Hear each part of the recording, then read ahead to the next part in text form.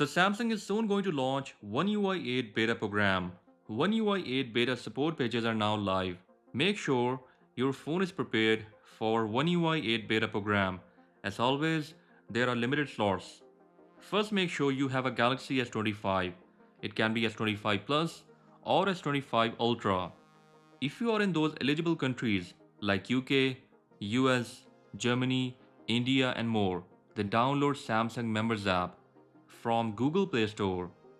Also, make sure to back up your Galaxy phone using Samsung Smart Switch. Those beta updates are unstable, so data loss may occur. That's why it's better to back up your Galaxy phone. Then open Samsung Members app. You will see some banners right here. Once the beta program starts, OneUI 8 banner will pop up here. Right now if I scroll down, you can see that here is a new beta page in Samsung Members app that was recently updated.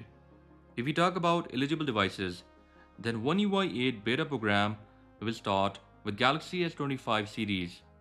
Just like OneUI 7, Galaxy S24 and Z Fold 6 will also get OneUI 8 beta program, but they will most likely get it after a few months, maybe in July or August. OneUI 8 isn't a massive update when compared to OneUI 7. OneUI 8 will fix small things that are there with OneUI 7. Samsung will also bring many Android 16 features with OneUI 8, like the new effects option while changing a wallpaper, new and better animations with quick settings panel, and more.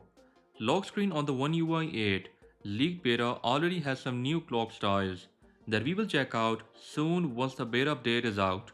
Make sure to subscribe as I'll be posting a detailed video on OneUI 8 as soon as it's out. And that was all about for today's episode. With that said, I'll catch you guys in the next one. Until then, bye bye.